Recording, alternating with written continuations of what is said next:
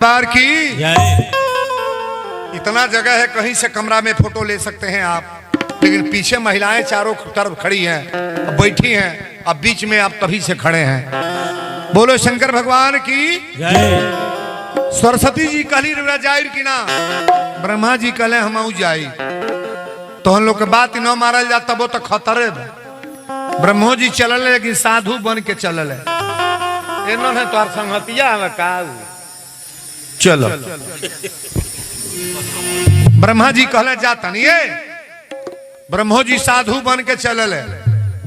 अब तीसरा नंबर पर बात आ गई लक्ष्मी जी की। विष्णु भगवान अइले तो कहले कहाँ बाड़ू, तनी एक लोटा जल ले आवा, तनी हाथ गोड़ धो ले, पानी पी हम। लक्ष्मी जी कहली पानी बाद में पिए, पहले ही बताई अनसुईया के है। कहले हमरो तो मालूम ना अनसुईया के है। लक्ष्मी जी कहली बाप रे बाप, नारद अइले हैं तो इतना बड़ाई को के गइला हाँ, इतना बड़ाई नारद।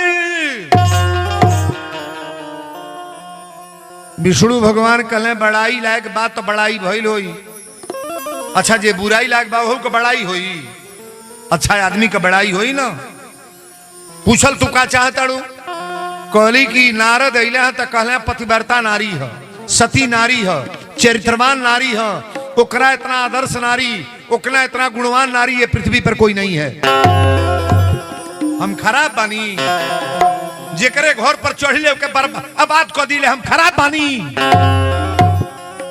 लक्ष्मी के कृपा होला तो घर गड़गड़ा जा लगना, खाए पिए के सहूर आ जाला, ओढ़े पहिरे के सहूर आ जाला।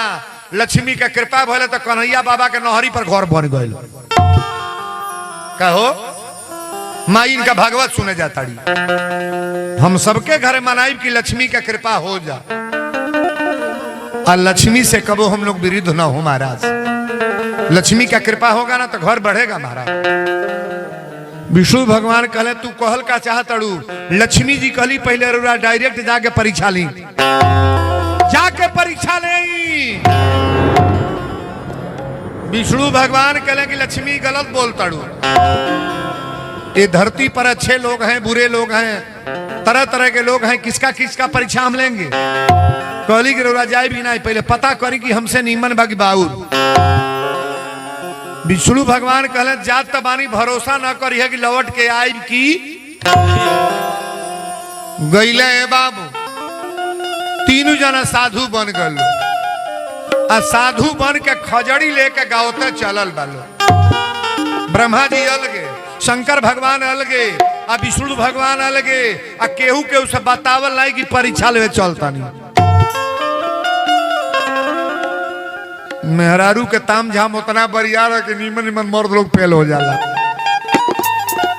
नीमन नीमन फेल हो जाला लोग। खजड़ी लेके चलते बालो गावत, तनी लय ले ले बाबा। आरी तब हम जानी हो, तब हम जानी, अकाया गढ़ जी तब जोगी हो, तब हम हरि हो।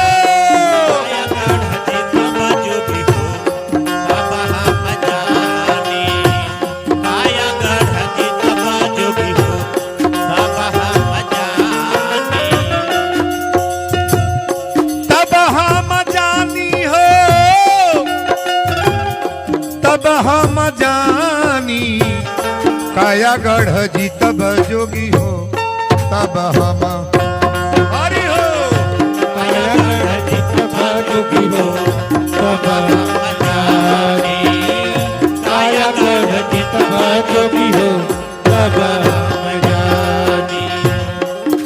काया गढ़ का हो तनी एक रौरा जान ले, ओही काया गढ़वा में धोबी रानी बाबू हो, धोबी रानी। ओही काया गढ़वा में धोबी रानी बाबू हो, धोबी रानी। ओही काया गढ़वा में धोबी रानी, ओही काया गढ़वा में धोबी। कपड़ा धोवेली बिना, कपड़ा धोएली बिना सोटा ही पानी काया गढ़ जी तब जोगी हो तब हम हरि हो काया गढ़ जी तब जोगी हो तब हम जाने काया गढ़ जी तब जोगी हो तब हम जाने तब हम जाने हो तब हम जाने काया गढ़ जी तब जोगी हो तब हम जाने ओही काया गढ़वा में बढ़ई रानी बाबू हो बढ़ई रानी ओही काया गढ़वा में बढ़ई रानी बाबू हो बढ़ई रानी ओही काया गढ़वा में बढ़ई रानी ओही काया गढ़वा में बढ़ई रानी लकड़ी गढ़ेली बिना आरे लकड़ी गढ़ेली बिना बसुला रुखानी काया गढ़ जी तब जोगी हो तब हम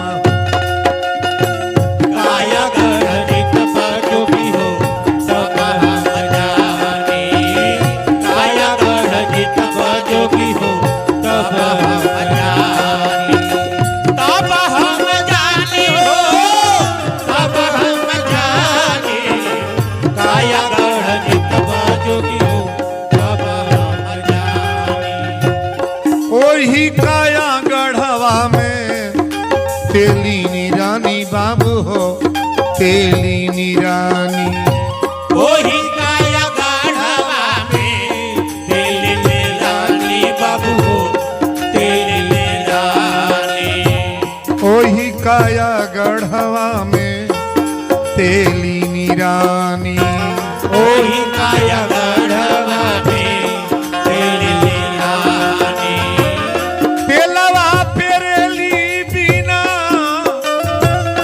तेलवा